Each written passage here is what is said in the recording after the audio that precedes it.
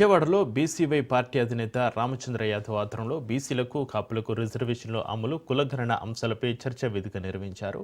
బీసీలు కాపులకు రిజర్వేషన్ల విషయంలో ప్రభుత్వాలు తరచూ మోసం చేస్తున్నాయని, ఈ మోసాలను ఎంతో కాలం సహించబోమని రామచంద్ర యాదవ్ హెచ్చరించారు.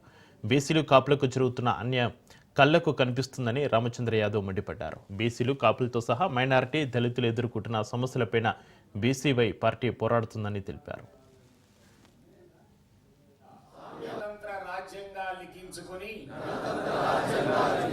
నవ సంఘర్షణ సమితి అధ్యక్షులు తెలంగాణ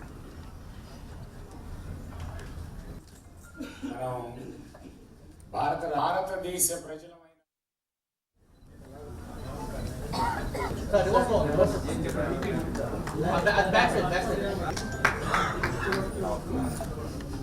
వెచ్చించి తన సొంత ఇంటిని అమ్మేసి ఈ జెండా కోసం ఆయన కష్టపడ్డారు. సత్యనారాయణ గారికి సన్మానం చేశారు. గారు చేతుల మీదుగా వారికి అవుతుంది.